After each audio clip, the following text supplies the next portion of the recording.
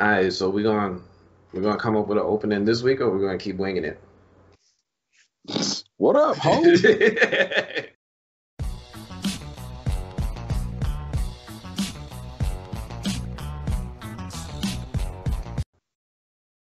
All right, so we could just jump right into the topic. So me and you Let's have do been it. talking about this one. This is about whether or not AMC can survive 2021. Now, granted, this week's events have really thrown that conversation into a loop. Like before, you and I were talking about how streaming platforms and whether or not they would be continue to be dominant in 2021. Mhm. Now we got movie theaters and whether or not AMC will survive 2021. With this week of Reddit fueling the prices of AMC, does that change the conversation? I mean, look, it's it's given AMC, I think, a little bit more of a spurt of life than it anticipated, right? I mean, um, because with the stock evaluations going up and everything, like first of all, kudos to them for raising like almost $1 billion Right. in capital. Now, does That was that add to before their the, debt? the what was How going does on it in Reddit.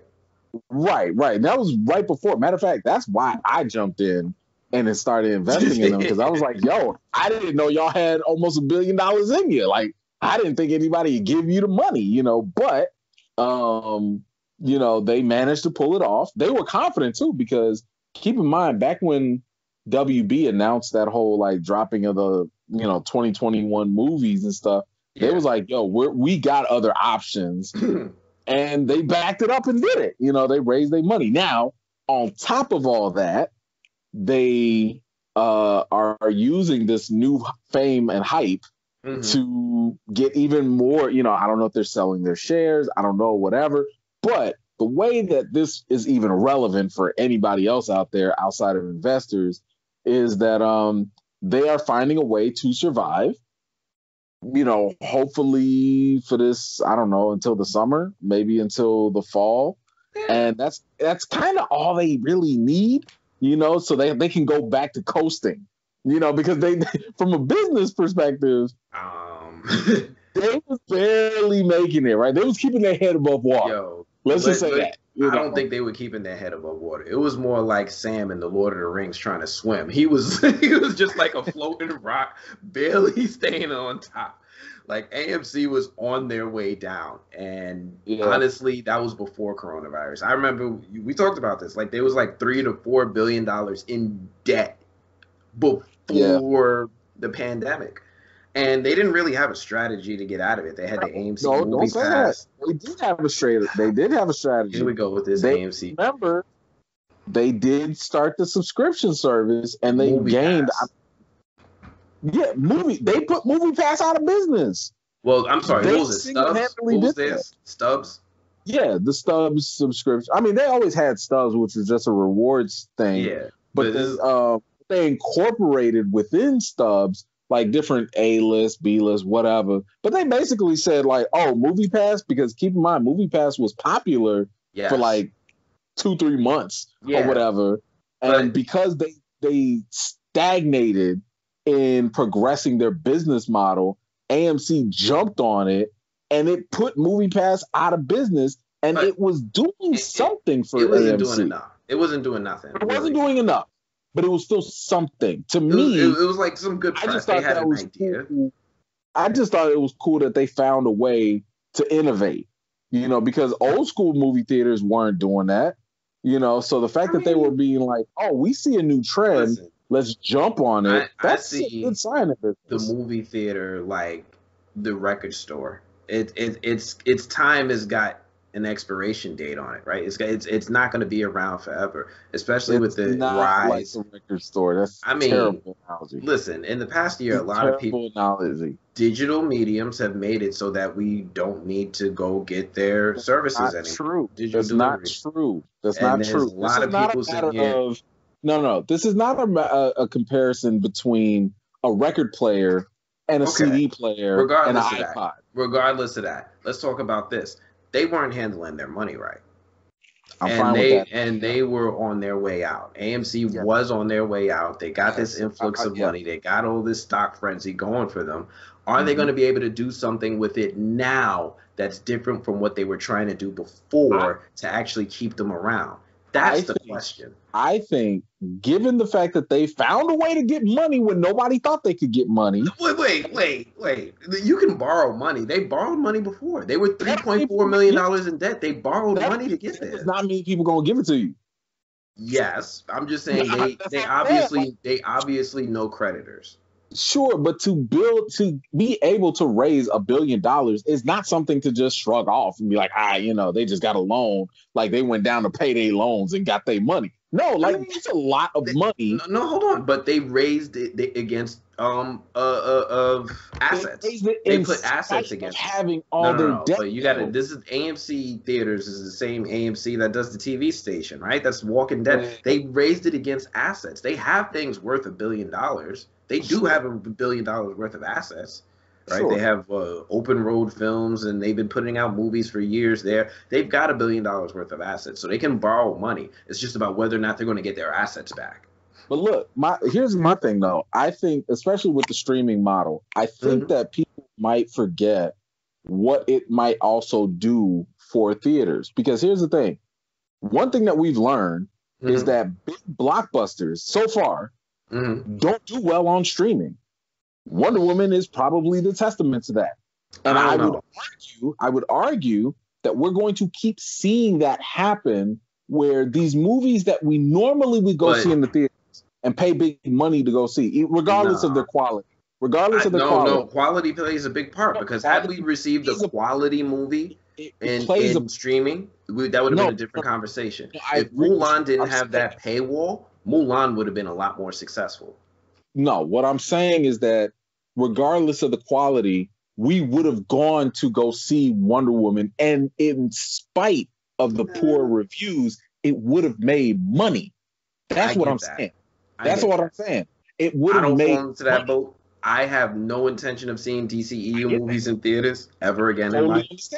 I totally understand that. But what I'm saying is, bad movies have a higher probability of making more money in theaters than they do on streaming platforms. I don't agree with that. The moment people started saying Wonder Woman was garbage, it was trash or whatever, people wasn't sitting like, yo, because we've seen a lot of bad movies get released during the pandemic, like Bird Box. Right. Bird Box wasn't a great movie, right? But it was great because we ain't had nothing else during the pandemic. It was all right. But it benefited by being a streaming movie. Yes, but that's what I'm saying. I think that what the new shift that we're going to see is streaming movies. I'm sorry, mediocre to okay movies will do very well on streaming, but the blockbuster movies, those will be going back to the theaters, and that's all the theaters actually need. The theaters never really thrived on, like, if Bird Box had came out at the same time as Wonder Woman, let's just say, Wonder Woman would have been making way more money, and Bird Box would have been ignored and probably passed up. It wouldn't have gotten the same type of hype. So all I'm saying is that, like, streaming is going to capitalize on maximizing these mediocre movies, while blockbusters like Kong versus Godzilla or Godzilla versus Kong, Matrix 4, Mortal Kombat, whatever, these bigger movies, they're meant to thrive in theaters. They're meant to drive people there and make more money, even if they suck. Even if they suck. See on that, because Netflix has been killing it, releasing movies to streaming for years, and they've raised more. Good for Netflix, and they've been killing it with making themselves profitable, despite not releasing any of them in theaters. Yeah, but that's for other factors, though. It's not because of the quality of the movie. Yeah, there's money. But then again, when you own the market share, when you're first to the party and you dominate, yes, it is, but it's kind of tainted. You can't. I can't just say, well, I've got a mixed perspective on that. I remember looking early on at Netflix and comparing it, or seeing their biggest competitor at the time in Hulu. And I would say Hulu probably had an advantage on them, partially because they had a lot more TV content back then. They had the advantage, but they bobbled it, in my opinion, because there were too many cooks in the kitchen. When you had Comcast, who else? Disney was a part of it. Fox was a part of it. Yeah. You know, it was too many cooks in the kitchen. My point in that was that Hulu was a competitor to Netflix. It wasn't like Netflix was by themselves. They had all the studios working with them competing.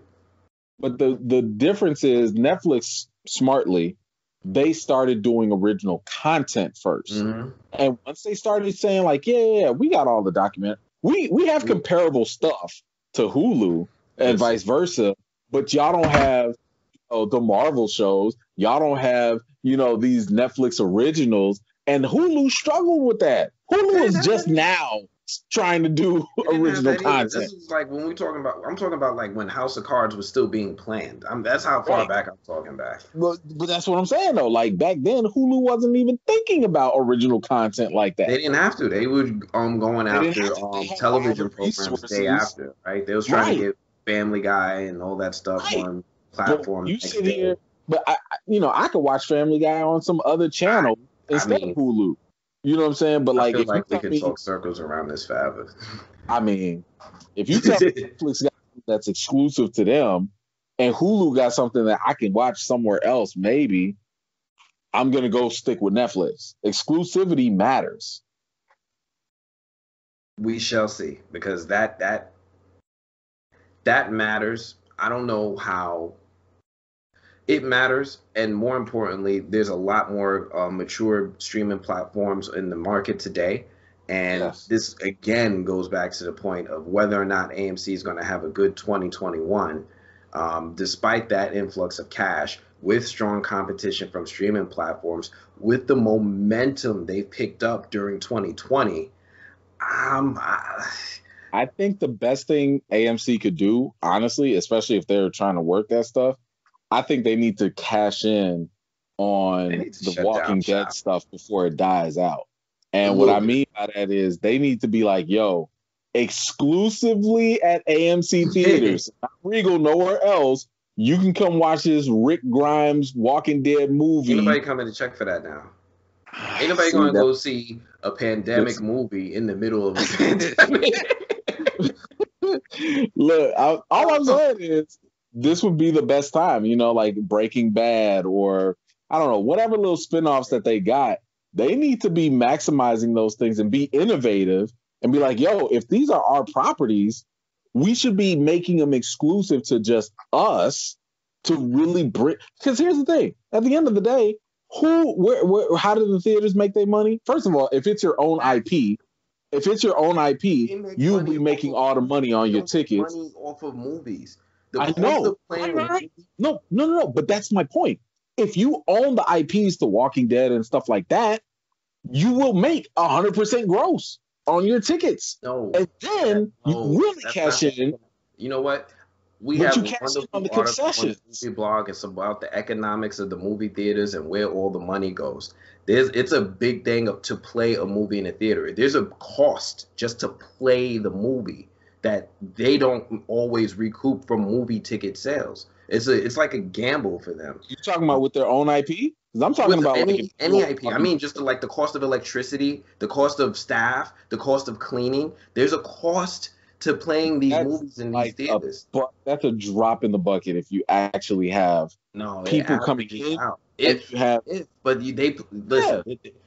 I say we will talk about this until our face turn blue. We can let the people talk on it and let them decide. What's the correct opinion? There you go.